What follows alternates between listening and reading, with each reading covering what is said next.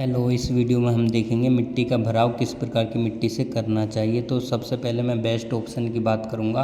तो सबसे बेस्ट तो वो होता है कि अगर हम मिट्टी का भराव कोर्स ग्रेन सोइल से करें। कोर्स ग्रेन सोइल से मेरा मतलब है सैंडी सोइल। सैंडी सोइल मतलब जो रेतीली मृदा होती है, रेत जिसको जो नदियों से रेत हमें प्राप्त होता है या बड़ी नहरों से प्राप्त होता है, उसका भराव सबसे बेस्ट ऑप्शन होता है भराव करने के लिए। वो क्यों होता है वो भी मैं आपको बताऊंगा। सपोज़ हम जो है जब हम कोई मकान बना रहे हैं और उसमें अर्थ फिलिंग करते हैं, मतलब मिट्टी का भराव करते हैं, तो भराव अगर आप दूसरी तरह की मिट्टी से करोगे तो उसके लिए आपको पर्याप्त समय देना पड़ेगा। उसको कॉम्पैक्ट होने के लिए, कॉम्पैक्शन करने के लिए, प्लस कंसोलिडेशन करने के लिए। मतलब एयर वॉइड्स तो आप कॉम्पैक्शन करके शायद निकल भी जाते हैं, लेकिन अगर कंसोलिडेशन की बात करें तो वो टाइम टेकिंग प्रोसेस होता है, वो नेचुरली प्रोसेस होता है, उसमें बहुत टाइम लगता है। तो इसीलिए इतना हम देखते हैं कि इतने लोगों को ज्ञान के, नॉलेज के अभाव में वो इतना टाइम देते नहीं हैं और उस पर जो है स्ट्रक्चर अपना बना देते हैं, जिसकी वजह से वो बाद में जब सोइल सेटल होती है तो स्ट्रक्चर में ऊपर क्रैक्स देखने को मिलते हैं और कई बार ज़्यादा लापरवाही की वजह से हमारा स्ट्रक्चर फेल भी हो जाता है। तो सबसे पहला कोई भी मकान, कोई भी नींव बनाते समय सबसे पहला चीज़ ये होती है, नींव तो हम बना लिए, लेकिन अर्थ फिलिंग जब कर रहे हैं तो अर्थ फिलिंग के ऊपर भी कई बार देखा जाता है कि फर्श करने की जल्दी होती है। कई बार बिल्डर्स ऊपर के दबाव की वजह से, जल्दी करने की वजह से, या कई बार नॉलेज के अभाव में लोग जो है सोइल, येलो सोइल या डार्क येलो सोइल या जिसको लाल मिट्टी भी कहते हैं, उसका भराव करके उसको पर्याप्त समय नहीं देते और वो बाद में जो सेटल होती है तो जो हमारा स्ट्रक्चर है उसमें क्रैक्स देखने को मिलते हैं। तो जब भी ऐसा केस हो, घर में हो, बाहर में हो, कॉन्ट्रैक्टर के अंडर में हमारा काम चल रहा है, क्योंकि हमें नॉलेज होती नहीं तो हम भी उस चीज़ पे ज़्यादा ध्यान नहीं दे पाते। तो उस केस में क्या करना होता है, सबसे बेस्ट होता है आप सैंडी सोइल का, रेतीली सोइल का भराव कर दो। रेतीली सोइल की मैं फिर रिपीट करता हूँ, जो हमें नदी से प्राप्त होती है, जो हमें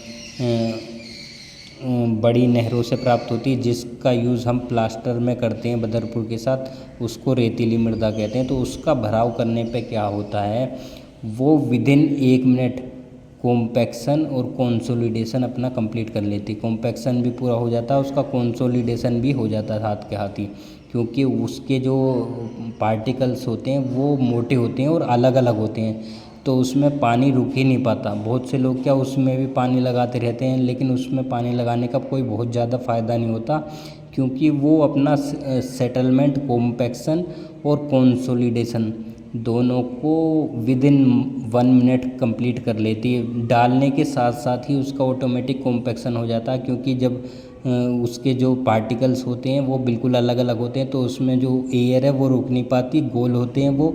और कंसोलिडेशन उनका, क्योंकि वो जो कण हैं, पार्टिकल हैं, बिल्कुल अलग अलग होते हैं, तो उस पर पानी जो है चिपका नहीं रहता, तो वो सीधे नीचे निकल जाता है। तो उसका कॉम्पैक्शन और कंसोलिडेशन विदिन 1 मिनट हो जाता है, और उसके बाद आप उस पर कुछ भी करोगे तो वो बाद में सेटल नहीं होता।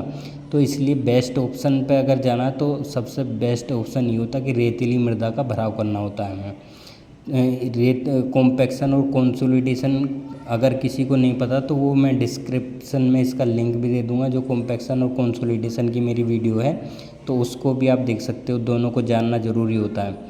उसके बाद कई बार हमारे पास जो है कॉस्ट का इशू आता है कि कॉस्ट ये थोड़ा महंगा आता है, या बहुत सारे फैक्टर होते हैं, नहीं अवेलेबल हो पाता, तो हमें दूसरी मिट्टी से अर्थ फिलिंग करनी पड़ती है या भराव करना पड़ता है। तो उस केस में क्या करना होता है, हमें उस स्ट्रक्चर, उस जहाँ अर्थ फिलिंग करिए, हमें उसको पर्याप्त टाइम देना होता है।